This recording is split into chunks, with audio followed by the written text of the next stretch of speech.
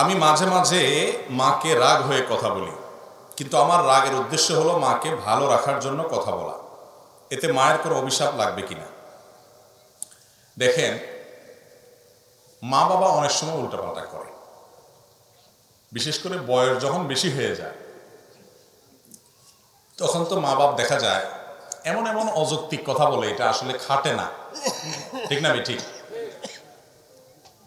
এক ভাইয়ের অনেক আছে, তারপরেও বাপে বলে কয় না ওর কিছু নাই আসলে, আরে এ মিসকিন বেচারা, ওরে দে।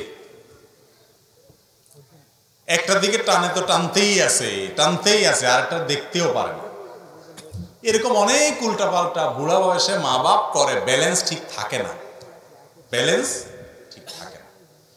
এই সময়টাতে এই ভাই এখানে কে কথা বলতেছেন? আশেপাশে এত কথা বললে কেমনে কথা বলবে?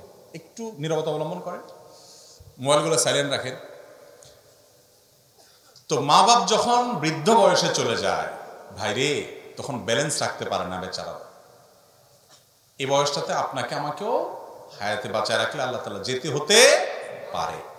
পৃথিবীতে সকল সন্তানের কাছে, সকল বাপ মা, হাতে গোনা ব্যতিক্রম কিছু থাকতে পারে, সব সময় ব্যাকডেটেড থাকে। ব্যাকডেটেড বুঝেন মানে কি? ওল্ড, আগের যুগের, খাটে না এমন কথাবার্তা বলে, স্মার্ট না। কারণ সন্তান সবসময় প্রোগ্রেস থাকে, আপডেটেড থাকে, তারা সবসময় আধুনিক এবং অনেক বেশি অগ্রসর থাকে, যার কারণে বাপ মারা অনেক কিছু বুঝে না। ধরেন আজকালকার কথা ফেসবুক ইউটিউবের কথাই বলে, একটা ফেসবুক ইউটিউবের কোনো কথা আপনি, আপনার অনেক বাপ মা আছে, বুঝায় বলতেই পারবেন না। ঠিক না? ঠিক।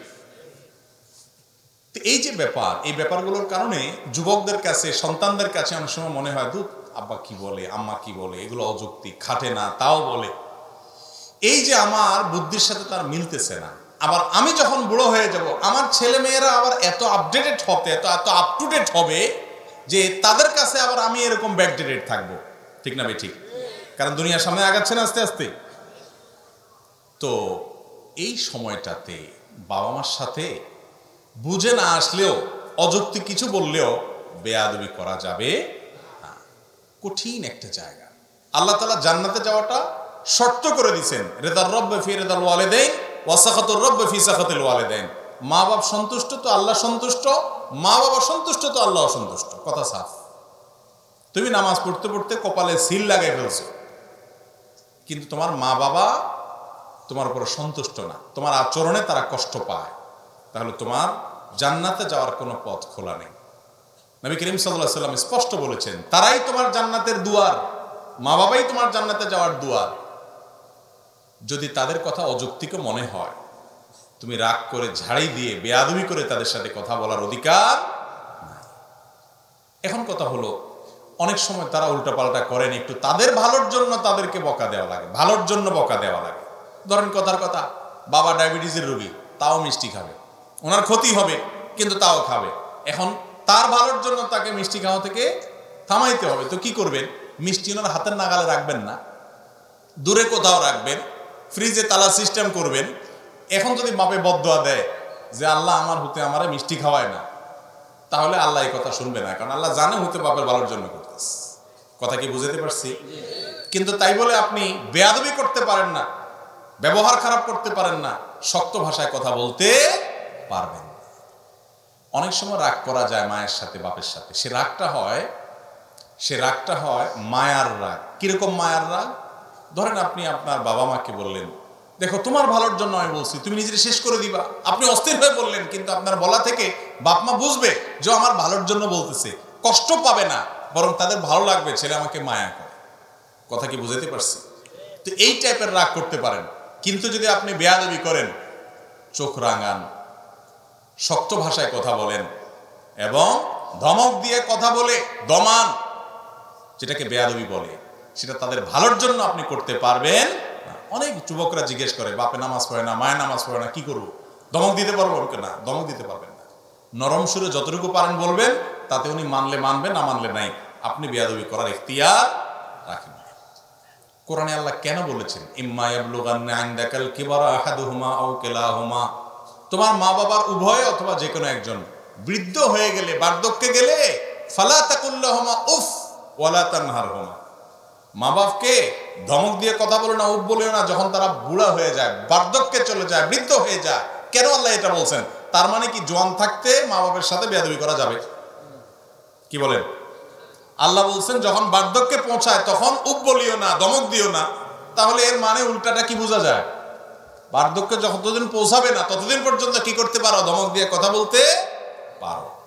আসলে কি তাই? কেন?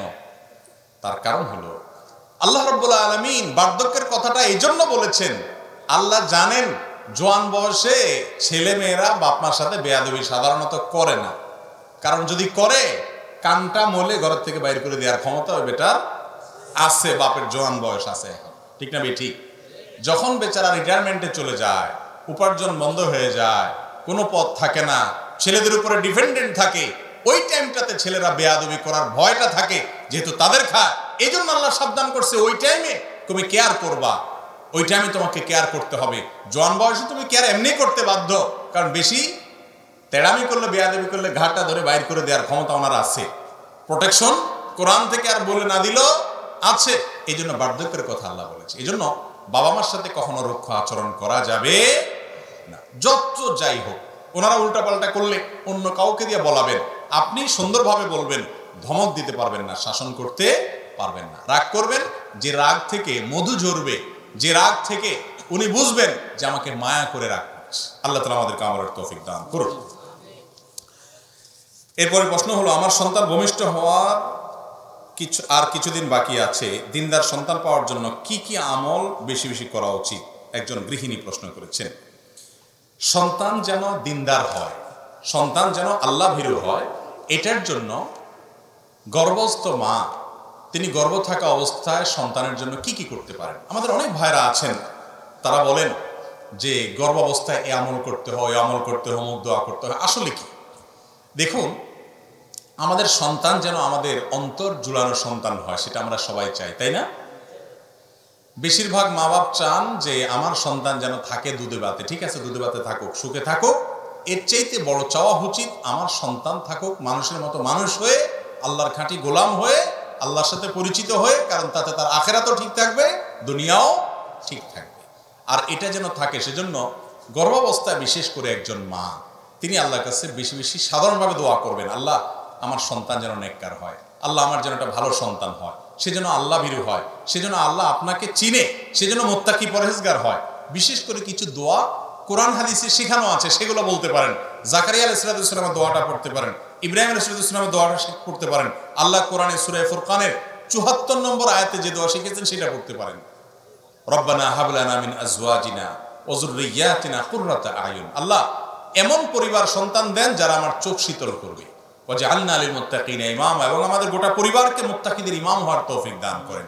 এই দোয়া পড়তে পারেন। আরেকটা দোয়া আছে জাকারিয়া আলাইহিস সালামের দোয়া, রব্বি হাবলি মিন লাদুনকা যুররিয়াতান তাইয়্যিবা ইন্নাকা সামিউদ দুআ, আল্লাহ আমাকে আপনার তরফ থেকে নেক সন্তান দেন, ভালো সন্তান, সুসন্তান দেন, আপনি দোয়া শ্রবণ করেন। আরো দোয়া আছে, রব্বি হাবলি মিনাস সলিহিন, হে আল্লাহ আমাকে আপনি নেক সন্তান দেন। আরো এরকম দোয়া আছে। এই দোয়াগুলো বিশেষ করে পড়বেন। গর্ভবতী মায়ের জন্য বিশেষ আমল না, এটা সবসময় এটা করবেন, গর্ভাবস্থা আরো বেশি করে করবেন। আর এর পাশাপাশি দোয়া কবুলের সময়গুলো, যেমন ভোর রাত, ৫ ওয়াক্ত নামাজের পর, নামাজের শেষ বৈঠক, এরকম কিছু টাইম আছে দোয়া কবুলের সময়। বৃষ্টির সময় দোয়া কবুল হয়, তারপর মুরগির ডাকের সময় দোয়া কবুল হয়, আজানে কামতের মাঝখানে দোয়া কবুল হয়। দোয়া কবুলের যে জায়গা, শুক্রবারে দোয়া কবুল হয়। শুক্রবার একটা বিশেষ সময় আছে, অনেকে বলছেন আসর মাগরিব এবং সূর্য ডুবার আগে। এই টাইমগুলোতে দোয়া কবুল হওয়ার সম্ভাবনা বেশি থাকে। এই টাইমগুলোতে গর্ভবতী মা বলেন, অন্য যে কেউ দোয়া করবেন এই টাইমে। বিশেষ করে প্রশ্ন যেহেতু উনি করেছেন, আমি বলবো যে বোন, আপনি এই টাইমে সন্তানের জন্য আল্লাহর কাছে চোখের পানি ফেলে দোয়া করবেন। মা বাবার দোয়া সন্তানের জন্য অনেক বেশি কবুল হয়, এর মাধ্যমে সন্তান নেককার হবে ইনশাআল্লাহ। সেই সাথে গর্ভাবস্থায় নেক আমল করলে সন্তানের উপরে তার ভালো প্রভাব পড়ে, ইতিবাচক প্রভাব পড়ে। কোরআন তেলাওয়াত করা, ভালো ভালো কাজ করা, গুনাহের কাজ না করা, হারাম জিনিস না দেখা, মোবাইলে টেলিভিশনে, এই টাইমে অন্য সময় তো করতেই হবে, বিশেষ ইবাদতের দিকে খেয়াল করা, এগুলোর মাধ্যমে ইনশাআল্লাহ নেক সন্তান আল্লাহর কাছ থেকে আশা করা যেতে পারে। বাকি এমনি গর্ভাবস্থায় করার জন্য আলাদা কোনো হাদিসে পৃথক কোনো আমল বলা হয় না আমি যতটুকু জানি। আল্লাহ আলাম বিসওয়াব। এরপরে প্রশ্ন হলো, অজু করার নিয়ম এক একজন এক এক রকম বলে, আমাদের তো অজু না হলে সালাতও হবে না, সুতরাং অজু করার সঠিক নিয়ম জানতে চাই। অজু করার নিয়ম আবার এক একজন এক এক কথা বলে, এটা আমি প্রথম শুনলাম। নামাজ নিয়ে, নামাজের মাসআলা নিয়ে অনেক মত পার্থক্য আছে, অনেক গন্ডগোল ঝামেলা আছে। অজু নিয়ে ঝামেলা আছে আমি তো জানি না, প্রায় সবই এক। তারপরে তিনি জানতে চেয়েছেন অজুর সুন্নাত তরিকা হলো, আপনি প্রথম 2 হাতের কবজি পর্যন্ত ধোবেন, 2 হাতের কবজি পর্যন্ত 3 বার ধোবেন। এরপরে পানি নিয়ে 3 বার কুলি করবেন। কয়বার কুলি করবেন? 3 বার। কুলিটা করার সময় ভালো করে মুখের ভিতরে পানিটাকে নাড়া দিয়ে সম্ভবত একটু গড়গড়া করবেন, গড়গড়া করতে না পারলে অন্তত ভালো করে নাড়া দিবেন 3 বার। 3 বার নাকে পানি দিবেন। নাকে পানি দেওয়ার ক্ষেত্রে ইস্তেনসার সুন্নাত, ইস্তেনশাক এবং ইস্তেনসার এগুলো হলো সুন্নাত। তো এই নাকে পানি দেওয়ার ক্ষেত্রে যে নির্দেশ, সেটা বাস্তবায়নটা এভাবে হবে যে হাতের কোষে পানি নিয়ে নাকের কাছে ধরে হালকা করে টান দিবেন, জোরে টান দিন আবার মাথা তুলে যাবে, একদম হালকা, বা নাকে চুবায় ধরে ডুবায় ধরে যাতে করে ভিতরে পানি যায়। এরপরে নাক পরিষ্কার করবেন। এভাবে 3 বার করা কি সুন্নাত। এরপর আপনি 3 বার আপনার মুখ ধোবেন। কয়বার ধোবেন? 3 বার। এই 3 বার ধোয়ার সময় পানি নেবেন অল্প, ডলবেন বেশি, ডলতে হবে বেশি। বিশেষ করে কপাল, এই যে কানের লতি, গোড়া, এগুলো একটু বেশি ডলা লাগে, কারণ এই জায়গাগুলো বর্ডার তো শুকনা থেকে যায় অনেক সময়, এগুলোকে ভালো করে ডলতে হয়। নবী করিম সাল্লাল্লাহু আলাইহি ওয়াসাল্লাম ওযুর ক্ষেত্রে বারবার বলেছেন, আসবিগুল ওযু, তোমরা ওযুকে পরিপূর্ণ করো, আয় আকমিলুল ওযু, তার মানে ওযুটাকে ভালোভাবে করতে হয়। এই ভালোভাবে ওযু মানে কি? ভালো ওযু মানে হলো সুন্দর করে ডলা, পানি অল্প নিলে ডলতে হবে বেশি। 3 বারের জায়গায় 4 বার 5 বার ধোবেন না। অনেক আছেন যে এই মুখ ধোয়ার ক্ষেত্রে দোয়া হইলো কি হইলো না, শুকনা থাকলো কিনা, এই ওয়াসওয়াসার কারণে সে একের পর এক পানি ধুইতেই থাকে, 5 বার 7 বারও ধোয়। এটা সুন্নতের খেলাফ। 3 বার ধোয়া সুন্নত, কমও করবেন না বেশিও করবেন না। 3 বার পানি নিয়ে যদি আপনি বেশি করে ডলেন, অনেক সময় ধরে ডলেন, শুকনা থাকবে না। এরপরে যদি আপনার মনে বলে, যদি শুকনা থেকে যায়, তখন মনরে বলবেন শুকনা থাকলে আমি আল্লাহর সাথে বুঝবো, কারণ আল্লাহ রাসূল 3 বার করতে বলছে, আমি 3 বার করছি। এরপর শুকনা আছে কিনা, আমার ডলার আছে, ডলছি, এরপর শুকনা থাকলে আমার কোনো গুনাহ হবে না। আপনি অন্তত টেনশন নেবেন না, আমি দায়িত্ব নিলাম। যদি আপনি ডলারটা সুন্দর মতো করেন আর 3 বার দন, শুকনা যদি আছে এরকম মনে হয়, বুঝবেন এটা ইবলিসে আপনারা দিয়ে পানি অপচয় করাবে, নামাজের জামাত ছুটাবে, আপনাকে ক্ষতিগ্রস্ত করবে নেক্সট সুরতে। এরকম ওয়াসওয়াসা নামাজের মধ্যে যে শয়তান দেয়, ওইটার নাম হলো খিনজাব, হাদিসে আসছে। ওইটা বিশেষ এক টাইপের ইবলিস আছে যে মানুষের নামাজের মধ্যে বিশেষ করে যত রকম ওয়াসওয়াসা আছে সেগুলো দেয়। এই জন্য এটা ওই ইবলিসের কথা শুনবেন না। যদি মনের ভিতরে ওয়াসওয়াসা আসে, বুঝুন যে ইবলিস হাজির হয়ে গেছে। আপনার অজুতে বেশি পানি নষ্ট করায়, বেশি সময় নষ্ট করায় আপনাকে ক্ষতিগ্রস্ত করবে। আপনার মনে হবে যে 3 বারের জায়গায় আমি 5 বার দিতেছি, আমি তার বেশি ভালো করতেছি। বেশি ভালো, বেশি ভালো, এই বেশি ভালো তো ভালো না। বেশি ভালো কি ভালো? ভালো না। তাহলে কয়বার দিতে হবে? 3 বার। এই 3 বার ধোবেন। দাড়ি যদি পাতলা হয় তাহলে একেবারে গোড়া পর্যন্ত যেন যায়, এরকম পানি দিয়ে চেষ্টা করবেন আপনার গোড়া পর্যন্ত পানি পৌঁছানো গেল এটা। এরপরে 3 বার হাত ধোবেন। এই হাত ধোয়ার ক্ষেত্রে আগে ডান হাত ধোবেন, সবাই তো ডান দিয়ে শুরু করি আমরা আলহামদুলিল্লাহ। এই কোণে পর্যন্ত ভালো করে ডলবেন, পানি নেবেন অল্প, এরপরে 3 বার বাম হাত ধোবেন, শেষ। শুরুতে বিসমিল্লাহ বলবেন, বিসমিল্লাহ বলেই করবেন। আরেকটা জিনিস রয়ে গেছে, মেসওয়াক, গুরুত্বপূর্ণ জিনিস। অজুতে শুরুতে আপনি কি করবেন? মেসওয়াক করবেন। মেসওয়াক তো এখন আমাদের আর নাই, হারায় গেছে। কয়জনের পকেটে মেসওয়াক আছে দেখাতে পারবেন এখন? একজনে হাত তুলছেন, 2 জন, আর হয়তো 2-4 জন হবে। মেসওয়াক নাই। ভালো করে শুনে রাখেন, নবী করিম সাল্লাল্লাহু আলাইহি সাল্লাম বলেছেন, লাউলা আন আশুক্কা আলা উম্মতি লা আমারতুহুম বিসওয়াক, যদি আমার উম্মতের জন্য মেসওয়াকটাকে আমি কঠিন মনে না করতাম, আমি মেসওয়াক করাটাকে আবশ্যক, ফরজ ওয়াজিব করে দিতাম, অর্ডার জারি করে দিতাম যাতে সবাই মেসওয়াক করে। কারণ মেসওয়াক এটা মুমিনের জন্য, ইমানদারের জন্য অনেক উপকারী একটা জিনিস। এটা শুধুমাত্র দাঁত পরিষ্কার করো না, এটার সাথে অনেক কিছু সম্পর্ক আছে, ইমানের সম্পর্ক আছে। ইমানে মৃত্যু যে আমলগুলোর মাধ্যমে হয়, সে আমলগুলোর মধ্য থেকে একটা হলো মেসওয়াক। মেসওয়াক বেশি বেশি করার মাধ্যমে মৃত্যুর সময় ইমান নিয়ে যাওয়ার তৌফিক নসিব হয়। প্রিয় নবী সাল্লাল্লাহু আলাইহি সাল্লামের জীবনের শেষ আমল কোনটা জানেন? একবারে শেষ আমল, যার পর আর কিছু করতে পারেন নাই, নিঃশ্বাস বন্ধ হয়ে আল্লাহর কাছে চলে গেছেন, রফিকে আলার সাথে সাক্ষাৎ করতে গেছেন, সেই শেষ আমলটা ছিল মেসওয়াক। নবী করিম সাল্লাল্লাহু আলাইহি সাল্লাম আয়েশা রাদিয়াল্লাহু তাআলা আনহার কোলে মাথা রেখে তিনি যখন অসুস্থ, মৃত্যুসজ্জায় শায়িত, মারা যাওয়ার ঠিক আগ মুহূর্তে ওয়াফাতের ঠিক আগ মুহূর্তে তার মেসওয়াকটা দিয়েছেন আয়েশা রাদিয়াল্লাহু তাআলা আনহাকে। এটাকে চাবায়া যে নরম করবেন এই শক্তিটা তার শরীরে ছিল না, এতটা দুর্বল হয়ে গেছেন। তখন আয়েশা রাদিয়াল্লাহু তাআলা আনহা নিজে চাবায়া সেটাকে নরম করে নবী সাল্লাল্লাহু আলাইহি ওয়াসাল্লামের হাতে তুলে দিয়েছেন। তিনি সে মেসওয়াক করেছেন। এই মেসওয়াক করতে করতেই এরপর দুনিয়া থেকে চলে গেছেন। কত গুরুত্বপূর্ণ আমল হলে নবী সাল্লাল্লাহু আলাইহি ওয়াসাল্লাম জীবনের শেষ আমল এটা হয়। আর ইবলিস এখন আমাদের থেকে এই আমলটাকে এমন ভাবে বিদায় করেছে, হাজার হাজার মানুষের মধ্যে দু চারজন মেসওয়াক তারা করে না, ওযু করে নামাজ পড়ে কিন্তু মেসওয়াক করে না। ভাইরা আমাদের দাঁতের যে নার্ভগুলো আছে এগুলোর সাথে ব্রেইনের একটা সম্পর্ক আছে। মেসওয়াক এটা করার মাধ্যমে আল্লাহ রাব্বুল আলামিন বান্দার ব্রেইনে ঈমানকে তরতাজা রাখেন এবং এটা নিয়ে বেশ কয়েকটা গবেষণা আছে, দারুণ দারুণ কিছু গবেষণা আছে। এই গবেষণাগুলো আমি যাদের প্রতি খুব আস্থা রাখি এরকম কিছু ভাইরা আমাকে পড়ে তার নির্যাসটা জানিয়েছে। আমি তাদের উপরে ভরসা, তাদের উপর আস্থা রেখে আমি সেই আর্টিকেলগুলো সম্পর্কে টুকটাক আরো জানার চেষ্টা করেছি। করার পরে আমার কাছেও পরিষ্কার হয়েছে তাই যে মেসওয়াকের সাথে মানুষের ঈমানের মৃত্যু নসিব হওয়ার একটা সম্পর্ক অনেক সুনিবিড় আছে। আমরা ব্রাশ করেন আপনি ব্রাশ, আমরা আজকাল আঠালো খাবার খাই, চকলেট খাই, এমন কিছু খাই যেগুলো 1400 বছর আগে মানুষরা খেতেন না, সেই হিসাবে আমরা ব্রাশ করি, পেস্ট ব্যবহার করেন, কিন্তু মেসওয়াকটা ছাড়বেন না। মেসওয়াকটা এটা শুধুমাত্র দাঁত পরিষ্কার করা না, এটা দাঁত পরিষ্কার করা ছাড়াও এর স্পিরিচুয়াল অনেক পাওয়ার, এর আধ্যাত্মিক অনেক পাওয়ার, স্পিরিচুয়াল অনেক পাওয়ার আছে যেটা আমরা বুঝি না। কিরকম হলে মেসওয়াকের কথা এবার বলেছেন, কেন ওযুতে তো কুলি করাও সুন্নাত। নবীজি তো বলেন নাই যে আমি যদি আমার উম্মতের জন্য কুলি করাটাকে কঠিন মনে না করতাম ফরজ করে দিতাম, তা তো বলেন নাই। নাকে পানি দেওয়াটাকে তো এভাবে বলেন নাই, অন্য সুন্নাতের কথা তো এভাবে বলেন নাই। এই মেসওয়াকের কথা এত গুরুত্ব দিয়ে বলেছেন। আরো মজার বিষয়, মেসওয়াক শুধু ওযুর সময় না, নামাজের সময় রাসূল আকরাম সাল্লাল্লাহু আলাইহি ওয়াসাল্লাম এর হাদিস থেকে নামাজের সময় মেসওয়াকের কথা বলা আছে। এই জন্য সৌদি আরবে গেলে, আপনার মক্কা মদিনায় গেলে দেখবেন আরাবিয়ানদেরকে তাদের পকেটে মেসওয়াক থাকে, ম্যাক্সিমাম আরাবিয়ানদেরকে নামাজে দাঁড়াইছে তারা বাইর করে একামত দিচ্ছে, তারা দাঁতের উপরে মেসওয়াকটা দিয়ে ঘষে আবার সেটাকে রেখে দিচ্ছে পকেটে। খুব সিম্পল।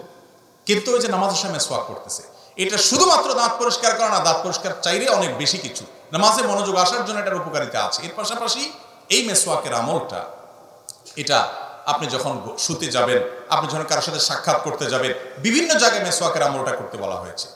এই যে মেসওয়াকের আমলটা, এটা আজ হারিয়ে গেছে আমাদের থেকে। ওযুর সময় মেসওয়াক করাটা বিশেষভাবে সুন্নাত। করবো তো ইনশাআল্লাহ।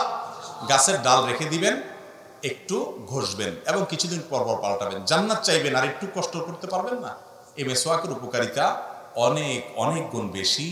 এটা আল্লাহ তাআলা আমাদেরকে বুঝার তৌফিক দান করুন। তো যেটা বলতেছিলাম ওযুর নিয়ম সম্পর্কে, যে ওযুর নিয়ম এটা যখন আমরা বলতে গেছি, মেসওয়াকের কথাটা দেখেন শয়তান আমার ভুলে দিছে, অথচ এটাকে আমি খুব গুরুত্বের সাথে করি। আমার ব্যক্তিগতভাবে আমার বাসায় মেসওয়াক বান্ডিল সহকারে আমি রাখি, বান্ডিল সহকারে, যাতে করে সব বাচ্চারা মেসওয়াক করার অভ্যাস গড়ে ওঠে এবং এমনভাবে রাখা হয় যাতে অনেকগুলো মেসওয়াক থাকে, কখনো টান যেন না পড়ে। তো যাই হোক, সেটা শয়তান আমাকে ভুলাই দিছে। তাহলে ওযুতে ওই মেসওয়াকটা বিশেষভাবে খেয়াল করবেন, বিসমিল্লাহ বলে করবেন। শুরুতে দুইটা মিস্টেক ছিল, বলে দিলাম। এবার আসি, 2 হাত ধোয়া শেষ, মাথা মাসে করবেন। ভিজা হাতরে এইভাবে পুরো হাত ভিজানোর পর এই হাতকে আপনি মাথায় দিয়ে এভাবে টান দিবেন, টান দিয়ে একবারে পেছন পর্যন্ত নেবেন, সেখানে মাথার হাতের এইটুকু ব্যবহার করবেন, এটাকে টান দিবেন, তাহলে এইটুকু অব্যবহৃত থেকে যাবে। এভাবে যখন টান দিবেন গোড়ার অংশ থেকে যাবে। এবার আসার সময় এইরকম করে টান দিবেন, তাহলে যাওয়ার সময় অর্ধেক হাতে আর আসার সময় বাকি অর্ধেক হাতে টান দিবেন, তাতে পুরো মাথা কি হয়ে যাবে, মাসা হয়ে যাবে। এই মাথা পুরাটা মাসে করাটাই হলো সুন্নাহ। পুরো মাথা মাসে করলেন, এরপরে ভিজা আঙ্গুল দিয়ে কি করবেন, কান মাসা করবেন। কান মাসা শেষ, গর্দান মাসা করবেন কিনা, এই তো এবার এটা ভেজাল এবং কামড়া কামড়ির জায়গায় চলে আসি আমরা, তাই না? এই একটা জায়গাতে ঝামেলা একটু এবং মতপার্থক্য আছে।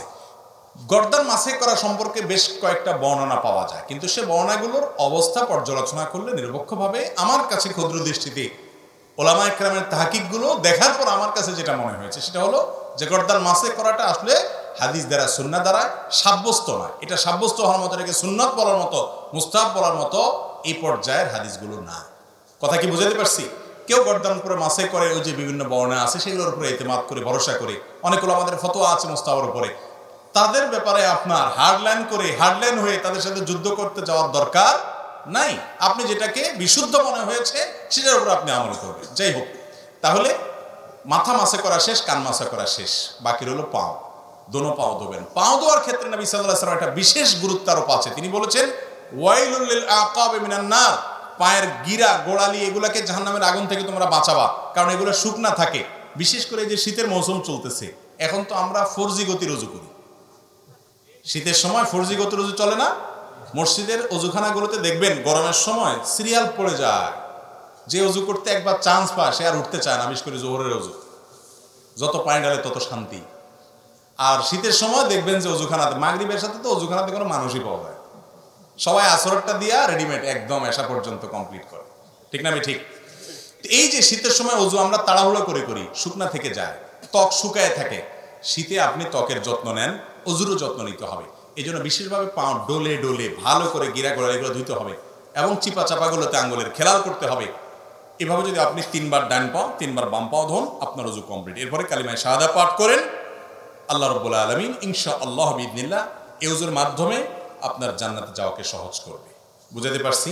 তাহলে এইভাবে অজু করতে হবে। অজু করার ক্ষেত্রে একটা বিশেষ সাবধান বাণীর কথা বলবো, সেটা হলো আজকাল শতকরা 99 জন মানুষ আমরা অজু করতে গিয়ে একটা গুনাহ করি। অনেক সময় অজু করাটা নফল কাজের জন্য অজু করতেছেন, শোয়ার জন্য অজু করতেছেন, তাহলে এটা নফল, ফরজ না। রাতে ঘুমানোর সময় অজু করে শোয়া সুন্নাত, তো সুন্নাত আমল করার জন্য করেছেন, তাহলে এটা ফরজ না। কিন্তু আপনি অজু করতে গিয়ে একটা কবিরা গুনাহ করতেছেন। অজুটা সুন্নাত, সেটা করতে গিয়ে একটা কবিরা গুনাহ করে বসতেছেন। ম্যাক্সিমাম মানুষ আমরা এই অপরাধের সাথে জড়িত। সেটা কি? পানি অপচয়। পানির অপচয়। অপচয় করা কি সওয়াবের কাজ না গুনার কাজ?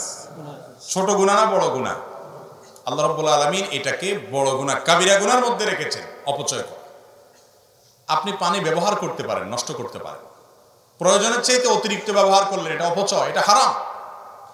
আমরা অনেক ভাইরা আছেন অজু করতে যে পরিমাণ পানি ব্যবহার করি, বিশেষ করে ট্যাপে তো অজু করে আজকাল প্রায় সবাই, এই ট্যাপ চালায় দিয়া হাত ধোয়া শুরু থেকে নিয়ে পা ধোয়া পর্যন্ত যত পানি যায়, এগুলো যদি একটা বড় বালতিতে ধরে রাখেন, একদিন একটু ট্রাই করে দেখেন যে, এবং একটু চেক করেন যে আমি কতগুলো পানি ব্যবহার করলাম অজুতে।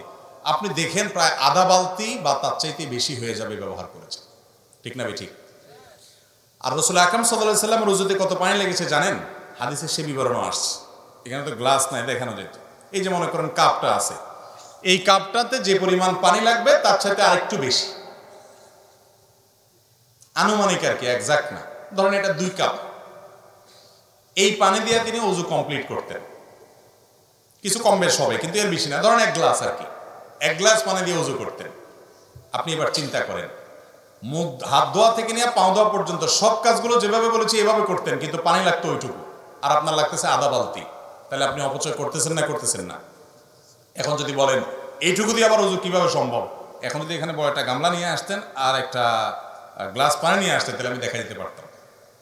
গামলা তো আশেপাশে নাই মনে হয়, ইনশাআল্লাহ কোনো এক সময় দেখাবো। ইউটিউবে অনেক ওলামায়ে কেরাম, বিশেষ করে আরবের অনেক ওলামায়ে কেরাম কিভাবে এই পানি দিয়ে নবীজি অজু করতেন এটা দেখাই দিয়েছেন তারা হাতে কলমে। দেখেন, কোষে অল্প একটা কোষে পানি নেবেন, এই 1 কোষ পানিকে আপনি মুখে নিয়ে এবার ডলেন, 3 বারে 3 কোষ পানি নেন, মুখ ধোয়া শেষ। হবে না? হবে না? ট্রাই করে দেখেন। কিন্তু আমরা অপচয় করি। এখন আপনি বলবেন, হুজুর তখন পানির অভাব ছিল, মরুভূমিতে ছিলেন উনি, আমরা এখন বাংলাদেশে মাশাআল্লাহ নদীমাতৃক দেশ, আমাদের পানি তো পানি, পানির অত্যাচারে আমরা মাঝে মধ্যে বাড়ি ছাড়ি চলে যাওয়া লাগে। তো এখন এত পানি আছে, এখন কি এই ওয়াজ চলবে যে পানির অপচয় করা যাবে না? হ্যাঁ ভাই, চলবে। আল্লাহ আপনাকে নেয়ামত দিয়েছেন, সেজন্য আপনি তাই বলে যা খুশি তা করবেন, প্রয়োজনের চাইতে ব্যবহার করবেন, এই নেয়ামতের এই ব্যবহারের অনুমতি আল্লাহ দেন না। এই জন্য এক হাদিসে আসছে নবী সাল্লাল্লাহু আলাইহি সাল্লাম, নদীতে যদি কেউ কি করে, নদীতে যদি কেউ পানি ব্যবহার করে অজু করে, সেখানে পর্যন্ত, সমুদ্রে পর্যন্ত পানি ব্যবহারের ক্ষেত্রে যেখানে পানির অভাব নাই সেখানেও যেন সে অপচয় না করে, সে বিষয়ে হাদিসে নির্দেশনা আসছে। তাহলে এখন আমাদের টেপে ট্যাঙ্কিতে অনেক পানি আছে, এই আশায় কি আমরা পানি অপচয় করব? মনে রাখবেন, অপচয়কারীকে অপচয় করার কারণে একসময় প্রায়শ্চিত্ত করতে হয়। টয়লেটে বসে বসে অযথা বদনার পানি ছাড়লেন অথবা টেপে পানি ছাড়লেন, একসময় দেখবেন যে আপনি টয়লেটে বসে মাশাআল্লাহ সব শেষ করে এখন পানিতে হাত দিয়ে দিয়েছেন, টেপে পানি নেই। একবারে অপচয় করবেন, ওইটার জন্য আরেকবার ধরা খাবেন। এটা বাস্তবতা, এটা অভিজ্ঞতা, যে মানুষ যখন খুব বেশি সীমা লঙ্ঘন করে, আল্লাহ তাআলা তার জন্য তাকে প্রায়শ্চিত্ত দুনিয়াতে ভোগ করান অনেক ক্ষেত্রে। এবং বাংলাদেশে আমাদের কথা বলবেন যে পানির অভাব নাই। আপনারা জানেন ঢাকা শহরে সহ সারা দেশে মাটির নিচে পানির লেয়ার নেমে যাচ্ছে। অলরেডি আমাদের এই সমস্ত এলাকাতেও ভালো পানি পাওয়া যায় না শত শত ফিট নিচে নামা ছাড়া। ঠিক না? ঠিক। কিয়ামত যত কাছাচ্ছে তত অসুবিধা আরো বাড়বে, এবং কিয়ামতের আগে পানি নিয়ে যুদ্ধ হবে। কিয়ামতের আলামতগুলোর ভিতরে একটা। তাহলে এই পানির অপব্যবহার, অপচয় এগুলো করলে তার জন্য একসময় আমাদেরই এর জন্য ক্ষতির মুখোমুখি হতে হবে। সবচেয়ে বড় কথা হলো হাদিসে নিষেধ আছে, এই জন্য অজু করতে গিয়ে পানি অপচয় করা যাবে। এখন অজুতে পানি টেপে পানি ব্যবহার করবেন, আবার আধা বালতি হবে না। পদ্ধতিটা কি? পদ্ধতিটা ভেরি সিম্পল, আমি বলি। আমি চেষ্টা করি আমল করার জন্য, সবসময় পারি যে তা না, আল্লাহ আমাকেও মাফ করুক, চেষ্টা করি আলহামদুলিল্লাহ। সেটা হলো, আপনি টেপ ছেড়ে দেওয়ার পর হাত ধুলেন, কুলি করলেন, নাকে বা এগুলো তো পটাপট হয়ে গেল, গ্যাপ হয় না। এবার আপনি মুখ ধোয়ার আগে দিয়ে যদি মনে করেন না একটা কাটু পরিষ্কার করবেন, সময় লাগবে, তাহলে টেপটা বন্ধ করে নেন, নিয়ে এগুলো সেরে আবার টেপটা চালায়া এবার কোষ পানি নিয়ে, এক কোষ পানি নিয়ে টেপটা বন্ধ করেন, অথবা কোষ পানি নিয়ে মুখে দিয়ে টেপটা বন্ধ করে এবার ডলেন ভালো করে। আপনি এদিকে ডলতেছেন, ওই যে হুজুর ডলতে বলছে, অতএব সুন্দর করে ডলতেছেন, এদিকে পানি যাইতে আছে টেপ দিয়া, তাহলে হুজুরের কথা শুনে সওয়াব যদ্দুর হলো, এদিকে গুনার মেশিন লাগাই দিলেন। ঠিক না ঠিক? এই টেপটাকে গ্যাপ দিয়ে বন্ধ করে করে যদি উজু করেন, দেখবেন ইনশাআল্লাহ আল্লাহ তো আপনাকে সাধ্য অনুযায়ী জিজ্ঞাসাবাদ করবেন যে আপনি কতটুকু পারছেন। আপনি অন্তত বলতে পারেন, আল্লাহ আমি চেষ্টা করছি পানি যেন অপচয় না হয়। যখন মুখ ধোয়া শেষ, আপনি মাথা মাসে করবেন, হাত ধোয়া শেষ, এবার হাত ধোয়া শেষ, এদিকে টেপে পড়তেছে, এদিকে আপনি মাথা মাসে করতেছেন না, আপনি টেপটা বন্ধ করেন, এরপরে মাথা মাসে করেন। আপনি বলুন, হুজুর এত ঝামেলা করে কে? এত ঝামেলা করে সে জান্নাতে যেতে যায় যে, জান্নাতে যেতে যায় যে, এত ঝামেলা করে সে। আপনি জান্নাতে যাবেন, দুনিয়ার সমান 10 দুনিয়া মিনিমাম এটার মালিক হবেন, এত নিয়ামত পাবেন, একটু টেপ বন্ধ করবেন এটুকু করতে পারবেন না। এরকম 2 নম্বর এবং এরকম সুবিধাবাদী মানুষের জন্য জান্নাত আসে নাই। আল্লাহ আমাদেরকে আমল করার তৌফিক দান। ফরজ নামাজের পর নফল, ফজর নামাজের পর নফল সালাত পড়ার কি নিয়ম আছে? না। ফজরের নামাজের পর সূর্য ওঠার পর মিনিমাম 15-20 মিনিট গ্যাপ হবে। এই টাইমের মধ্যে, বিশেষ করে সূর্য ওঠার সময়টাতে তো নামাজ পড়া সম্পূর্ণ হারাম। আর ফজর নামাজের পরে কোনো নফল নামাজ পড়া যায় না, মাকরুহ, নিষেধ। কারণ বিভিন্ন হাদিসে আসছে যে ফজরের পরে এবং আসরের পরে কোনো নামাজ নাই। তার মানে আসর থেকে মাগরিব এবং ফজর থেকে নিয়ে সূর্য ওঠা, এই টাইমটাতে কোনো নফল নামাজ পড়া এটা উচিত না, নফল নামাজ পড়া যায় না। এই টাইমটাতে জিকির, আজকার, তাসবিহ, তাহলিল করতে হয়, দোয়া দুরূদ করতে হয়, সকাল সন্ধ্যার দোয়াগুলো পড়বেন, অন্য আমল করবেন, নফল নামাজ পড়বেন না। নফল নামাজ পড়বেন কখন? সূর্য উঠে মিনিমাম 15-20 মিনিট গ্যাপ হয়ে গেছে, দেরি হয়েছে, এরপর থেকে আপনি এবার জোহরের নামাজ ওয়াক্ত হওয়ার আগ পর্যন্ত যত মনে চায় নফল পড়েন, অসুবিধা নেই। কথা কি বুঝতে পারছি? এরপরে প্রশ্ন হলো, আমরা তো অজু ভঙ্গের ও নামাজ ভঙ্গের কারণ জানি, তবে ঈমান ভঙ্গের কারণ জানি না। সুতরাং কিভাবে ঈমান ভঙ্গের কারণগুলো জানতে পারবো? ঈমান ভঙ্গের কারণগুলো নিয়ে আমাদের একটা বক্তব্য আছে, বেশ দীর্ঘ, 25-30 মিনিটের, ইউটিউবে, ফেসবুকে পাওয়া যায়, সেটা বিস্তারিত শুনে নিতে পারেন। যেহেতু বোন প্রশ্ন করেছেন, তাকে আমরা এক নজরে ঈমান ভঙ্গের কারণগুলো জানাই দিচ্ছি। এটা খুব দরকারি কথা যে আমরা নামাজ ভঙ্গের কারণ জানি, অজু ভঙ্গের কারণ জানি, রোজা ভঙ্গের কারণ জানি, কিন্তু ঈমান ভঙ্গের কারণ জানি না। ঈমান কি ভাঙে না ভাঙে না? ভাঙে। তো ভাঙলে এবার ঈমান ভঙ্গের কারণগুলো বলতে পারবেন, এরকম মানুষ কয়জন আছেন? হাত তোলেন। একজনও উঠার নেই। অজু ভঙ্গের কারণ জানেন যারা, তারা হাত তোলেন। সবাই জানেন, মাশাআল্লাহ। তাহলে অজু ভঙ্গের কারণ জানেন, নামাজ ভঙ্গের কারণ জানেন। অজু ভাঙলে, নামাজ ভাঙলে সেটা বড় বিষয় না ঈমান ভাঙলে সেটা বড় বিষয়? ঈমান ভাঙলে সেটা বড় বিষয় না। ঈমান কিসে ভাঙে আপনি যদি না জানেন, তাহলে জোড়া লাগাবেন কেমন? ভাঙলে আবার সেটা আবার নবায়ন করবেন, রিপেয়ার করবেন কিভাবে? রিপেয়ার যদি না করতে পারেন, আপনার বয়স 80-90 চলে গেছে, ঈমান কতবার ভেঙে বসে আছে আপনি জানেন না, জোড়া লাগান নাই, তাহলে তো আপনি বেঈমান হয়ে দুনিয়া থেকে যাচ্ছেন। ডেঞ্জারাস না বিষয়টা? এই যে ঈমান ভঙ্গের কারণগুলো সম্পর্কে জানা দরকার আছে না নেই? আমি এক নজরে সংক্ষেপে বলে দিচ্ছি। ঈমান ভঙ্গের কারণগুলোকে ওলামায়ে কেরাম নানাভাবে ব্যাখ্যা করেছেন। মৌলিক কারণ খুবই কম। এর ভিতরে প্রসিদ্ধ একটা ব্যাখ্যা হলো যে ঈমান ভঙ্গের 10টি কারণ আছে। এই 10টি কারণের ভিতরে সর্বপ্রথম কারণ হলো শিরকে আকবর করা, আল্লাহর সঙ্গে কাউকে শরীক সাব্যস্ত করা। আল্লাহকে যেভাবে ইবাদত করছেন, একই ইবাদত কোনো পীর সাহেবরে, কোনো কবরকে করলেন।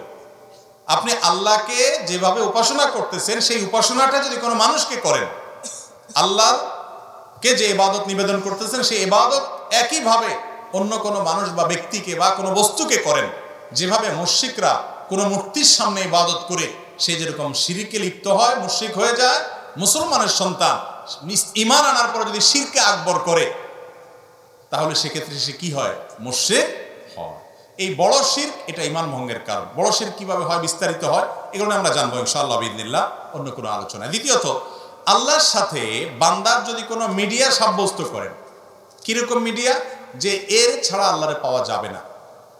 যেমন আমাদের অনেক ধর্মের ভাইরা মনে করেন যে আল্লাহকে পাইতে হইলে সরাসরি পাওয়া যাবে না, বিভিন্ন দেবতা ধরতে হবে, এই জন্য অনেক দেবতার পুজো করে তারপরে ঈশ্বর পর্যন্ত, আল্লাহ পর্যন্ত যেতে হবে। ইমানদার যদি মনে করে যে আল্লাহকে পাইতে হইলে আল্লাহর বিভিন্ন ভায়া আছে এগুলো ধরতে হবে, ওনাদেরকে ছাড়া আল্লাহকে পাওয়া যাবে না, এরকম যদি মনে হয় এবং আল্লাহর ইবাদতটা তাদের মাধ্যমে করে, তাহলে সেটাও ঈমান ভঙ্গের কারণ। তৃতীয়ত, ঈমান ভঙ্গের কারণ হলো যে যদি কেউ মনে করে যে ব্যক্তি অমুসলমান, কাফের, ভিন্ন ধর্মের অনুসারী, বেঈমান, ঈমান আনেন নাই, মনে করে যে না তারটাও ঠিক আছে, তাহলে এই লোক বেঈমান, এই লোক ঈমান থেকে খারিজ হয়ে যায়, এটা ঈমান ভঙ্গ হয়ে যাওয়ার মতো কারণ। কারণ আপনি একটা লোক আল্লাহর প্রতি অবিশ্বাসী, আপনি বললেন না তারটাও ঠিক আছে। আমাদের অনেক মুসলমান ভাইরা আছে আজকাল, তাদের বিশ্বাসগুলো গোলালু মার্কা বিশ্বাস হয়ে গেছে, তাদের বিশ্বাসগুলো এখন আপনার শৈথিল্য প্রদর্শনকারীদের বিশ্বাস হয়ে গেছে। কিরকম? সেটা বলে যে সব ধর্মই ঠিক আছে। এরকম কিছু সুশীল আছে না, সুশীল, এই সুশীল টাইপের মুসলমান আছে কিছু, যে বেশি ভালো সাজে, বলে যে সব ধর্মই ঠিক আছে। সব ধর্মই তো ভালো কথা বলে। যেই ব্যক্তি আপনার মালিকের অস্তিত্বই স্বীকার করে না বা মালিকের একত্ববাদের স্বীকৃতিই দেয় না, সে কিভাবে ঠিক থাকে? তার অনেক ভালো কাজ থাকতে পারে, ভালো গুলোকে আপনি ভালো বলেন, কিন্তু সে কখনো আল্লাহর কাছে গ্রহণযোগ্য ইমানদার হতে, সে ইমানদারই না, আল্লাহর কাছে গ্রহণযোগ্য বান্দা হতে পারে। এই জন্য যে বেঈমান তাকে বেঈমান মনে করতে হবে, যে ইমানদার তাকে ইমানদার মনে করতে হবে। তার সাথে আপনাকে মারামারি করতে কেউ বলে নেই, তারটা সে করুক, বাধাও দিতে বলে নেই, তারটা সে করুক, কিন্তু আপনার মনে রাখতে হবে এটা ইসলাম, এটা কুফর, এটা ঈমান, এটা বেঈমান, স্পষ্ট থাকতে হবে। আপনি যদি গোলার মতো সব পাকায় ফেলান, এটা কিন্তু ঈমান ভঙ্গের কারণ হতে পারে। 4 নম্বর হলো, যদি কেউ মনে করে নবী করিম সাল্লাল্লাহু আলাইহি ওয়াসাল্লামের আদর্শের বাইরে অন্য কোনো আদর্শ আরো উত্তম আছে, বেটার আছে, এটা ঈমান ভঙ্গের কারণ হতে পারে। 5 নম্বর হলো, যদি কেউ নবী করিম সাল্লাল্লাহু আলাইহি ওয়াসাল্লাম যত বিধিবিধান নিয়ে আসছেন এর কোনোটাকে অস্বীকার করে, অপছন্দ করে, ঘৃণা করে, না এটা আমার ভালো লাগে না, ইসলামের সব ভালো লাগে, এই যে মেয়েদেরকে আল্লাহ তাআলা ছেলেদের অর্ধেক দিতে বলেছে এটা আমার ভালো লাগে, আছে না কিছু সুশীল এরকম বলে। আরে ভাই, তোমার ভালো লাগাতে না লাগাতে কি আসে, তুমি কি বুঝবা আল্লাহ কেন অর্ধেক দিয়েছেন? মেয়েরে আল্লাহ খরচের কোনো আইটেম দেয় নাই, আবার অর্ধেক দিয়েছেন কোত্থেকে? বাপের সম্পদ থেকে, মায়ের সম্পদ থেকে, আবার স্বামীর সম্পদ থেকেও ভাগ পাবে, সন্তান থেকেও ভাগ পাবে, মোহর তো পাবেই, খরচ কিন্তু 1 টাকাও নাই। আর ছেলের খরচ সব জায়গায় আছে, শ্বশুর বাড়িতে গেলে মিষ্টি পোলটাটাও তার নিতে হয়, বাবার বাড়িতে গেলে ফলের প্যাকেটটাও তার কিনতে হয়, বইয়ের খানার টাকাও দিতে হয়, নিজেরটা তো দেওয়া লাগেই। তারপরে বলা হয়েছে তার 2 টাকা। আর মেয়েরে বলছে তুমি কাউকে খাওয়াইতে হবে না, মিষ্টি কোনোটার বিল তোমার দিতে হবে না, তোমার নিজেরটাও তোমার খরচ করা লাগবে না, স্বামী দিবে, তুমি শুধু তাকায় থাকবা আর অর্ডার দিবা বসে বসে। এরপর তোমাকে 1 টাকা দিলাম। বেশি দেওয়া হয়েছে না কম দেওয়া হয়েছে? কিছু ভাই আছেন যাদের মাথায় বুদ্ধি শুদ্ধি এত কম, এরা হিসাব নিকাশ বোঝে না, অঙ্ক বোঝে না, বলে যে ইসলাম মেয়েদেরকে ঠকাইছে, আমার এটা ভালো লাগে না।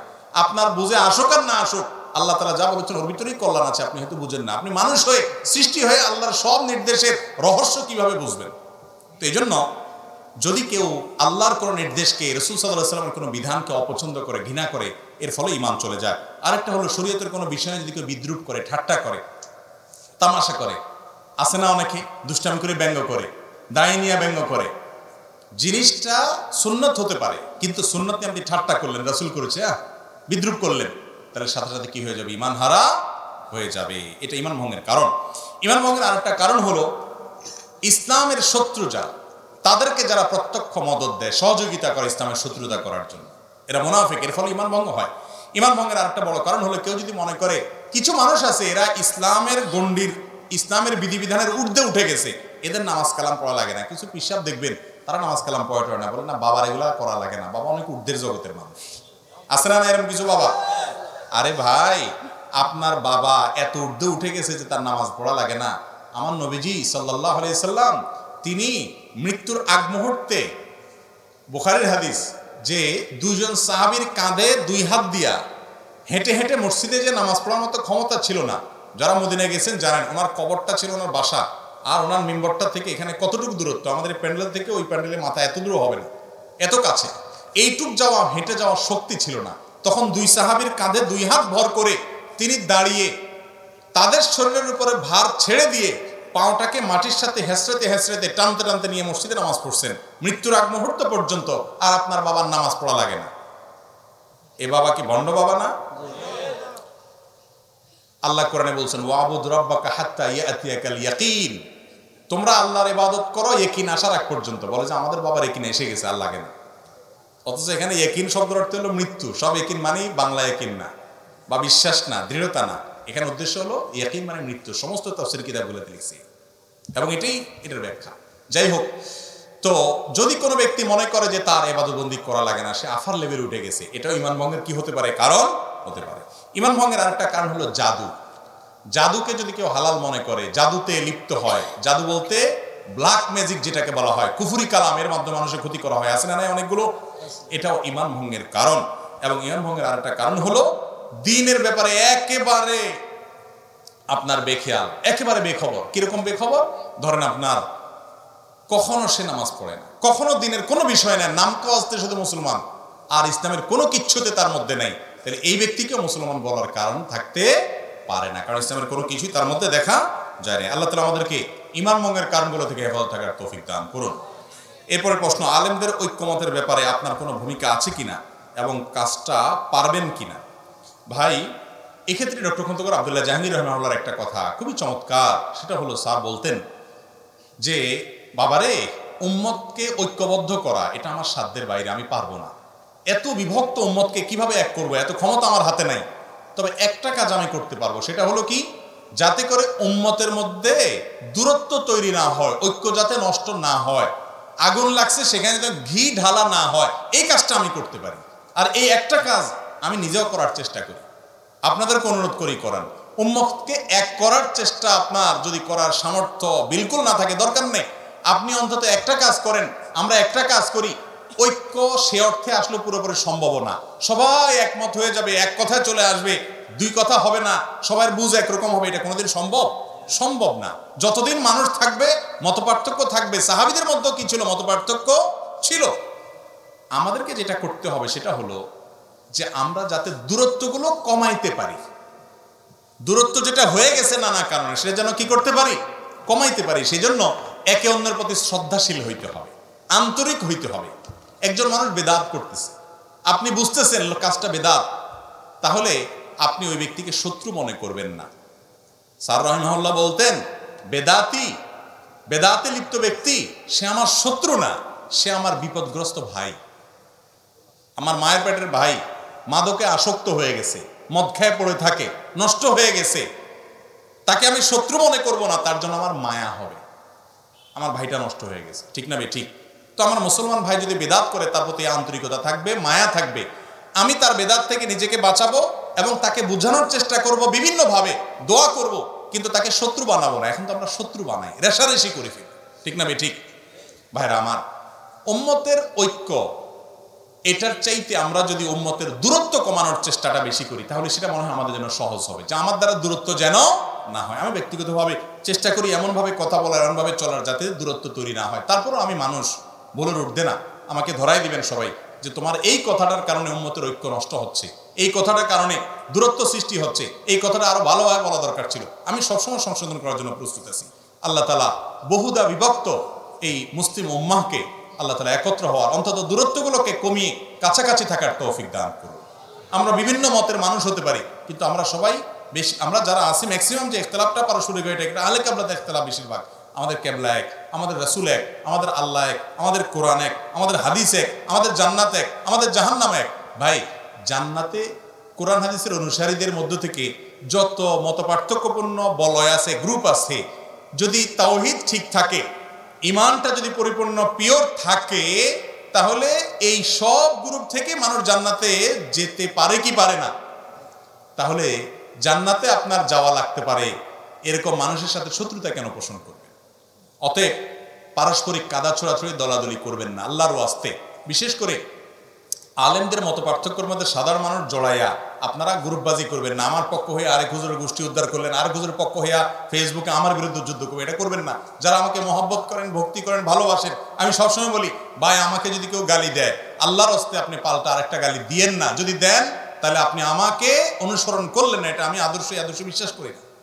আপনি আমাকে মহব্বত করেন, কেউ গালি দিলে পারলে তারা বুঝায়েন, না পারলে তাকে আল্লাহর হওয়ালা করে চলে আসেন, কামড়া কামড়িতে যায় না। আমাকে ভক্তি করতে গিয়ে অতিরঞ্জন করে কোনো আলেমের সাথে বেয়াদবি করিয়েন না, এবং আল্লাহ আমাকেও যেন এটার উপর আমল করার তৌফিক দান করুন, বলুন আমিন। আমাদের দেশে এখন উম্মতকে এক করা অনেক বেশি দরকার ভাই। 4-5 জন হুজুর 4-5 পথের মতের, ধরেন এক হুজুর এক গ্রুপের, আমি আর নাম নিতেছি না কোনো গ্রুপের, আরেক হুজুর আরেক গ্রুপের, আপনারা বিভিন্ন গ্রুপের হুজুর চিনেন না? এই 4-5 গ্রুপের হুজুর একসাথে হয়ে একটা সেলফি তুলছে, মানে কোথাও যাচ্ছে একটা ছবি উঠাইছে যে 4-5 হুজুর এক প্লেটে খানা খাইছে বা একসাথে বসছে, পাবলিক খুব খুশি হয়ে যায় না? ফেসবুকে এসব ছবি গেলে লাইকের বন্যা পড়ে যায়। এখান থেকে বোঝা যায় পাবলিক চিন্তা করলো আল্লাহ এই 1 কেজি ব্যাং মাপা সম্ভব, কিন্তু হুজুর 4-5 জন একসাথে করা সম্ভব না। ব্যাং মাপা বুঝছেন? পাল্লার মধ্যে 1 কেজি ব্যাং উঠে মাপা সহজ না কঠিন? কঠিন কাজ না? বলি এই কাজটা যত কঠিন, ভিন্ন ভিন্ন চিন্তার, আজকাল আমাদের অবস্থা এরকম হয়ে গেছে, ভিন্ন ভিন্ন চিন্তার মুসলমানদেরকে এক করাটা তার চাইতে কঠিন হয়ে গেছে।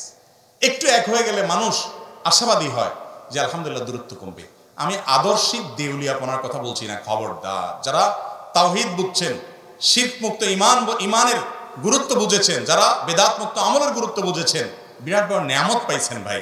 কিন্তু আপনার নেয়ামতের কারণে আপনি আবার অহংকারী হয়ে বাকি সবাইকে একেবারে গরু ছাগল মনে করে তাদেরকে শত্রু বানাইয়া আপনি নিজে এমন কিছু করবেন না যাতে আপনার গুনাহ হয় উল্টা। এই জন্য আল্লাহর নেয়ামতের শুকর আদায় করেন আর অন্যদেরকে সংশোধনের জন্য কাজ করেন, দরদ বা মায়াটা অন্তরে রাখেন। আমি নিজেও যে পারি তা না, অনেক ভুল ত্রুটি হয়। আল্লাহ তাআলা আমাকে আপনাকে আমাদের সবাইকে সংশোধন হওয়ার তৌফিক দান করুন। দেশে এক এক আলেম এক এক ফতোয়া দেয়, মানুষ বিভ্রান্ত হয়। আপনারা সবকে একসাথ করে আলোচনা করে মাসালাগুলো সমাধান করা যায় না? ভাই এটার উত্তর গত পরশুদিন মৌলভীবাজারে দিছিলাম মাহফিলে, আজকে আবার বলতে হয় যেহেতু প্রশ্ন এসে গেছে, সংক্ষেপে বলি। আচ্ছা, আপনাদের এই এলাকাতে সবাই সয়াবিন তেল তো খান তরকারির সাথে না? কোন তেলটা, কোন ব্র্যান্ডের তেলটা সবচেয়ে ভালো?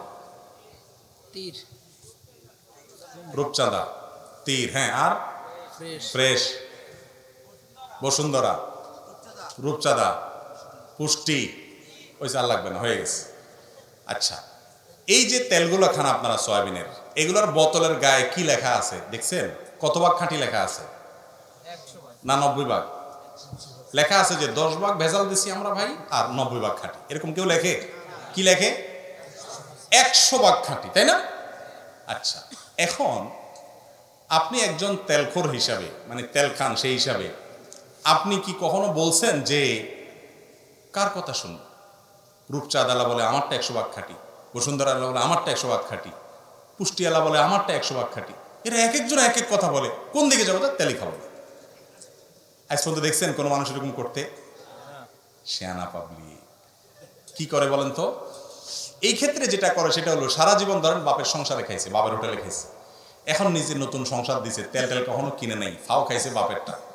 এখন নতুন বিয়ে করছে, আলাদা করে দিছে, সংসার করে দিছে, বাজারে গেছে, বউ বলছে তেল আনতে, তেল আর দোকানদার বলছে ভাই তেল দেন, দোকানদার কোনটা দেবো? কোনটা দেবো মানে গায়ে ভাই তেল তো অনেক আইটেমের আছে, অনেক ব্র্যান্ডের আছে, কোনটা দেবো?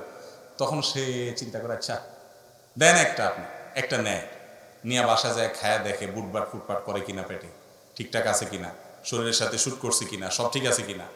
এবার যায় ওইটা শেষ হলে বোতল আরেকটা আনে, কয় দিকে আরেক ব্র্যান্ডের দেন, দেখি এটা কি অবস্থা, দামও মিলে কিনা, সব ঠিকঠাক আছে কিনা। এরপর অর্থাৎ যাচাই করে। এর মানে কি? যাচাই করে। সে যাচাই বাছাই করার পর তার কাছে মনে হয়েছে দামে দস্তুরে তার শরীরের সাথে ফিট হওয়ার সব মিলে তার কাছে একটা ব্র্যান্ড ভালো হয়েছে, সে বলে এটাই ভালো। এই যে আপনারা একজন একটা বলতেছেন, এটা হলো তার ফল, ঠিক না? ঠিক, যেভাবে হোক সে যাচাই করে। এইভাবে যে সবাই যাচাই করে তা না, একজন একইভাবে যাচাই করে। আচ্ছা, আরেকটা এক্সাম্পল নেন, মোবাইলের যে সিম আছে, সিম কোন কোম্পানির সিম সবচেয়ে লাভজনক, রেটের সব দিক মিলে ভালো? এয়ারটেল। উনি বলছেন এয়ারটেল, আরেকজন বলছে রবি, আরেকজন বলছে বাংলালিংক, কেউ বলছেন গ্রামীণ ফোন। এভাবে মত পার্থক্য হবে, কারণ এক একজনটা এক এক ব্র্যান্ডের। আপনি যেটা এক একজনের এক একটা নেটওয়ার্কের, আপনি যেটাকে ভালো মনে করতেছেন ওটাই তো ব্যবহার করতেছেন, ঠিক না? তাহলে এক এক কোম্পানি এক এক অফার দেয়, সবাই বলে সবাইটা ভালো, কিন্তু আপনি যেটাকে ভালো মনে করেন সেটাকে খুঁজে বের করে নিচ্ছেন, ঠিক না ভাই? ঠিক ঠিক একইভাবে আল্লাহ আপনাকে একটা আকল দিছে, বিবেক দিছে, আপনি দেখবেন কোরআন এবং হাদিসের সাথে মিলে কোনটা আপনি সেটা করবেন, আপনি চেষ্টা করবেন উদ্ধার করার। এরপরও যদি আপনি ভুলটা করে ফেলেন, অর্থাৎ আপনি চেষ্টা করে সঠিকটা উদ্ধার করতে নাও যদি পারেন, আল্লাহর কাছে কি হবে না, পাকড়াও হবে না। কিন্তু আপনি যদি হুজুরদের দোষ দিয়ে দেন, হুজুররা এক একজন এক এক কথা বলে, দূর নামাজই পড়বে না, তো এটা কোনো বুদ্ধিমানের কাজ হতে পারে না। আলেমরা সব একসাথে হয়ে যাবে, একমত হয়ে, এটা কোনোদিনই সম্ভব না। এর মধ্য থেকে আপনি কোরআন এবং হাদিসের আলোকে গ্রহণ করবেন। এখন আবার আরেক মুসিবত আছে, এটা বললে বলবে হুজুর আমরা যদি কোরআন হাদিসই বুঝতাম তাহলে তো আলেম হয়ে যেতাম। না, আপনি আলেম হওয়া জরুরি না, কিন্তু বুঝেন না, তাও 10 জনের কাছে যান, বুঝার চেষ্টা করেন, আর জান্নাতে যাবেন, 10 দুনিয়ার মালিক হতে চাইবেন মিনিমাম, আর সেটার জন্য বলবেন যে দূত আমি তো এত কিছু বুঝি না, থাক তাহলে ঝামেলা চলবে? চেষ্টা করতে হবে। আপনি কিচ্ছু বুঝেন না, 7 সমুদ্র 13 নদী পার হইয়া ভিসা টিকিট কিনা বিদেশ চলে যান, টাকা কামায় নিয়ে আসেন, সবই তো বুঝেন মাশাআল্লাহ। দিনের ব্যাপার আসলে বলেন যে এত জামিলা কে বুঝে, হুজুর এসব কামনা কামনি করে, আমি এসবে নাই। আপনি ফেরেশতার সাজেন, জান্নাত আপনার মতো আলস মানুষের জন্য আসে না। চেষ্টা করবো তো সঠিকটা উদ্ধার করার, বিবেক খরচ করতে হবে। এই বিবেক শুধু জমির দলিল বুঝার জন্য না, এই বিবেক আল্লাহ দিয়েছে শুধু লাউ টিপার জন্য না, এই বিবেক দিয়েছে আল্লাহ তাআলা আপনার ভালো কোনটা মন্দ কোনটা বুঝার জন্য। আলেম ওলামাদের মধ্যে কে কোরআন হাদিসের আলোকে বলে, কে মন গড়া বলে, কে বেদাতের দিকে ডাকে, কে সুন্নতের দিকে ডাকে, কে শিরকের দিকে ডাকে, কে তাওহীদের দিকে ডাকে, এতটুকু বোঝার মতো কমন সেন্স আল্লাহ আপনাকে দিয়ে রেখেছেন, এটার ব্যাপারে কোনো আপত্তি চলবে না। আল্লাহ আমাদেরকে বোঝার এবং আমল করার তৌফিক দান করুন। অজু ছাড়া কোরআন ধরা যাবে কিনা, না গেলে অমুসলিমরা কিভাবে কোরআন বুঝবে? ভাই, অমুসলিমদের জন্য তো শরীয়তের বিধান না, মুসলমানের জন্য অজু লাগবে কোরআন স্পর্শ করার জন্য, এটাই জমহুরুল আমাদের মত, এটাই বিভিন্ন হাদিস আসার থেকে প্রমাণিত। তবে এই অজু অমুসলিমদের জন্য আবশ্যক না, কারণ সে তো মুসলমানই হয় না, হালাল হারাম শরীয়তের বিধিবিধান তার জন্য এখনো আসে নাই। কোনো অমুসলমান যদি কোরআন বুঝে দেখতে চায় আল্লাহ কি বলছে, সে যদি জানতে চায় যে এটা আসলে আল্লাহর কোরআন কিনা বা এটাতে কি আছে, সে জানতে চায়, তার জন্য অজু লাগবে না, সে বিনা অজুতে ধরতে পারবে। কিন্তু মুসলমানের জন্য কি লাগবে? অজু লাগবে। যে স্কুলে ভর্তি হয়ে যায়, স্কুলের নিয়ম কারণ তার জন্য, যে এখনো ভর্তি হয় না তার জন্য কি নিয়ম কারণ আছে? নাই। অতএব অমুসলমানের জন্য এটা না, মুসলমানের জন্য হলো অজুর বিধান। মসজিদে জামাতের সময় মাঝখানে পিলার থাকার কারণে মুরব্বীদের মতামত অনুযায়ী সেই কাতার পুরোপুরি খালি রেখে পরের কাতারে নামাজ পড়লে নামাজ হবে কিনা? যদি এমন হয় যে পিলারের কারণে একটা কাতার এলোমেলো হয়ে গেছে, ওই একটা কাতার বরাবর ফাঁকা রেখে পরের কাতার দিলে নামাজ হবে, জামাত বিশুদ্ধ হয়ে যাবে। আর যদি ওই পিলারের ডানে বামে সুন্দর করে কাতার করা যায়, শুধু পিলারের জায়গাটা গ্যাপ থাকে, তাতেও নামাজ হবে। ওইটার কারণে কাতার যে ফাঁকা রাখা নিষেধ, সেটার আওতায় পড়বে না, কারণ এখানে তো পিলার আছে, দাঁড়ানো যাচ্ছে না। বুঝতে পারছেন কথা? ওখানেও কাতার করা যেতে পারে, আর ওটা রেখে এক কাতার পেছন থেকে কাতার করলেও কোনো অসুবিধা নাই, জামাত হয়ে যাবে। ঘরে পড়ে থাকা পুরানো কোরআন শরীফ পড়ার অযোগ্য, সেগুলো কি করব? কোরআনে কারীম যেগুলো ছিঁড়ে গেছে, পড়াশোনা করে উপকৃত হওয়ার মতো আর নাই, সেগুলোকে কোনো কবরস্থানে দাফন করে দিবেন, দীর্ঘদিন থাকতে থাকতে মাটির সাথে মিশে যাবে। অথবা এমন কোনো পানিতে ফেলে দিতে পারেন যে পানিতে আস্তে আস্তে আস্তে পানিতে থাকতে থাকতে এটা পানির সাথে মিশে যাবে। বুঝতে পারছি? আর এটাকে আগুনে পোড়ানো যাবে কিনা, বিভিন্ন আসার থেকে, বিভিন্ন বর্ণনা থেকে আগুনে পোড়ানোর কথাও পাওয়া যায়। কোনো কোনো সাহাবীর আমল যতটুকু মনে পড়ে যে পাওয়া যায়, আগুনে পুড়িয়ে তারা আপনার এ জাতীয় ব্যবহার অযোগ্য কোরআন এগুলোকে তারা ছাই করে, ছাই হয়তো কোথাও ফেলে দিয়েছেন, দাফন করেছেন। কিন্তু আমাদের এই সময়টাতে বিশেষ করে মানুষ আজকের পৃথিবীতে কোনো কিছুকে আগুনে পোড়ায় প্রতিবাদ জানায়, জেদের চোটে আগুনে পড়ে, তাই না? সে পড়াটা উচিত অনুচিত আরেক কথা, যেহেতু এটা করে, অতএব আমি বলবো যে এইটা যেহেতু কোরআন হাদিস অনুযায়ী আপনাকে করতে হবে এমন কোনো নির্দেশনা না, বিভিন্ন আসার থেকে পাওয়া যায়, জাস্ট এটুকু, তো এটার উপরে আমি আমল না করার পরামর্শ দিব। কারণ হলো এটার উপরে আমল করতে গেলে বিভ্রান্তি হতে পারে, ভুল বোঝাবুঝি হতে পারে। কেউ বলবে যে হ্যাঁ কোরআনে আগুন লাগছে, এখানে আপনাকে হত্যাপন্ত করতে পারে মানুষ, ভুল বুঝে যে কোরআন অবমাননা করছে, ঠিক না ভাই? ঠিক। আরও নানামুখী সমস্যা আছে। সবচেয়ে বড় কথা হলো এটা যে একেবারে করণীয়, আপনার করতে হবে এটাই একমাত্র অবলম্বন, তা তো না। এই জন্য দাফন করা বা অন্যান্য যে পদ্ধতি আছে সেগুলো অবলম্বন করবেন। আর অনেক উলামা একরাম এগুলোরই পরামর্শ দিয়ে থাকেন, এবং সেটা আমাদের বর্তমান যে পরিস্থিতি, বর্তমান যে মানুষের আপনার পড়ানোর ক্ষেত্রে মানুষের যে পদ্ধতি, লাইফস্টাইল এবং মানুষের যে নিয়ম, সেটাকে আমলে রাখলে আমরা বলবো যেটা দাফন করবেন অথবা সম্মানজনক কোনো জায়গায় আপনার পানি ইত্যাদিতে ফেলবেন, যেখানে আস্তে আস্তে পানির সাথে মাটির সাথে মিশে যাবে।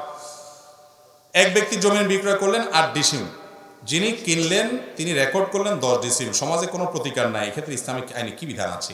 দেখেন, যে ব্যক্তি কিনলেন তিনি যদি একজন মানুষকে অশিক্ষিত পেয়ে বা সহজ সরল পেয়ে 10 ডিসিম রেজিস্ট্রি করে নেন, তাহলে তিনি 8 ডিসিম জমি কিনলেন আর বাকি 2 ডিসিম জমি কিনেন নাই, জাহান্নাম ভোগ করলেন। কি ভোগ করেছেন? জাহান্নাম ভোগ করেছেন। ভাইরে, এই জমিন কবরে নিতে পারবেন না, ছেলেমেয়েরা ভাগযোগ করে নিয়ে যাবে, কিন্তু আপনাকে ঠিকই এর জন্য আল্লাহর কাছে জবাবদিহি করতে হবে। 1 বিঘত জায়গা যদি কারোর অন্যায় ভাবে কেউ আত্মসাৎ করে, সাতবক জমিনকে আল্লাহ তাআলা তার গলা ঝুলিয়ে দিবেন এবং তাকে ধসাতে থাকবেন। জঘন্য শাস্তি। আল্লাহ কোরআনে বলেছেন, যারা অন্যের সম্পদ অন্যায়ভাবে আত্মসাৎ করে তারা তাদের পেটে তারা আগুন প্রবেশ করায়, সম্পদ না। অতএব ওই যে 2 ডিসিমিল জায়গা অতিরিক্ত লিখিয়েছেন, ওইটা জায়গা লেখেন না, ওইটা জাহান্নাম লেখাইছে। আল্লাহ তাআলা আমাদেরকে বুঝার তৌফিক দান করুন। হারাম এটা কখনো আমাদেরকে আরাম দেয় না। বাইরে এই চুরিদারি করে আইলঠেলি করে মানুষ কখনো শান্তি পায় না, বড়লোক হয় না, ছোট লোকই থাকে। শুধুমাত্র শয়তান তাকে দিয়ে পাপের কাজ করা। এই জন্য হারাম ছাড়ার জন্য কলিজা লাগে, ইমান লাগে, আমি হারাম খাবো না। আল্লাহ তাআলা ইনশাআল্লাহ হালালে কি দিবে? বরকত দিবে। এরপরে প্রশ্ন হলো, হজ ফরজ হওয়ার পর যদি ইচ্ছাকৃত হজ না করে তাহলে কি শাস্তি হবে? নবী করিম সাল্লাল্লাহু আলাইহি ওয়াসাল্লাম বলেছেন, তোমাদের কারো হজ ফরজ হলে হজ করে ফেলো, দেরি করবা না। কারণ দেরি করলে এমন কিছু ঘটনা ঘটতে পারে, এমন কোনো ঘটনা ঘটতে পারে যেই ঘটনার ফলে তুমি হজ করতে পারবা না। এই জন্য ওই অসময় আসার আগে আগে হজ করে ফেলো। যারা হজ বিলম্ব করেছেন তারা অন্যায় করেছেন। হজ ফরজ হয়ে গেলে সাথে সাথে করে ফেলতে হয়। আমাদের দেশে মানুষ হজ সাথে সাথে করে না কেন জানেন? কারণ অনেকে মনে করে যে হজ করে ফেললে আর আকাম কুকাম করা যায় না, এত জোয়ান বয়সে হজ করে তাহলে মুসিবত, অনেক এখন আকাম কুকাম বাকি আছে, এগুলো এত সকাল বন্ধ করে দিলে কেমনে হবে? আমি বলি, ভাই কোন হুজুর আপনার এই মাসালা দিছে যে হজ করলে আর আকাম কুকাম করা যায় না? কে বলছে? কোথায় পাইছে হজ করলে আকাম কুকাম করা যায় না? ফালতু কথা এটা। হজ করলে আকাম কুকাম করা যায় না এ কথা নাই কোথাও।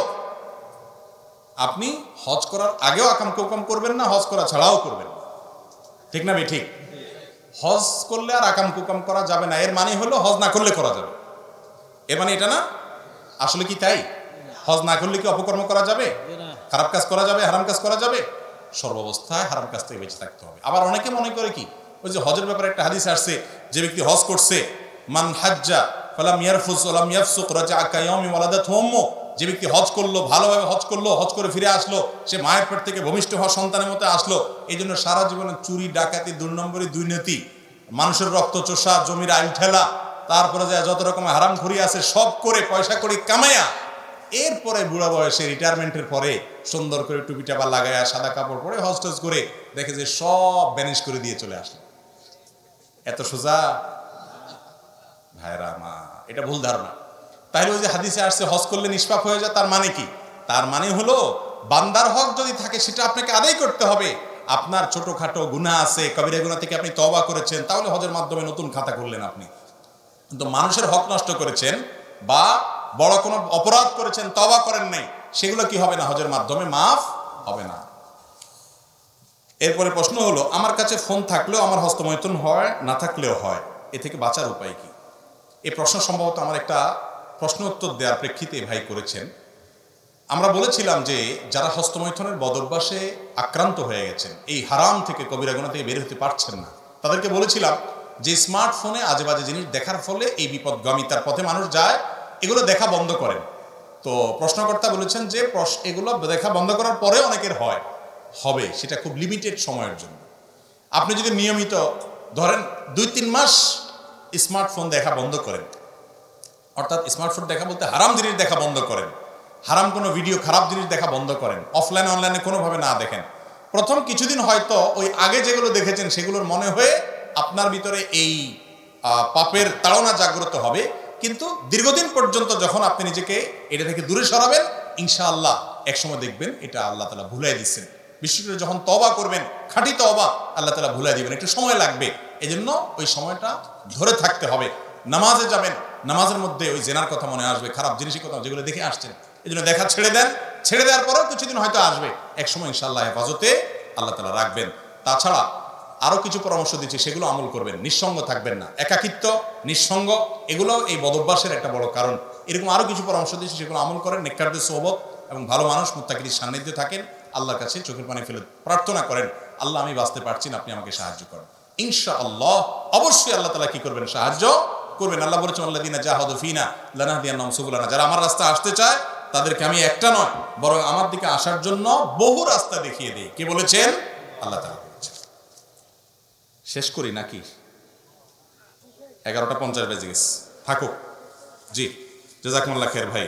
বাকি প্রশ্নের উত্তর আগামী বছর, পরের বছর বা অন্য কোনো জায়গায় যদি আল্লাহ তৌফিক দান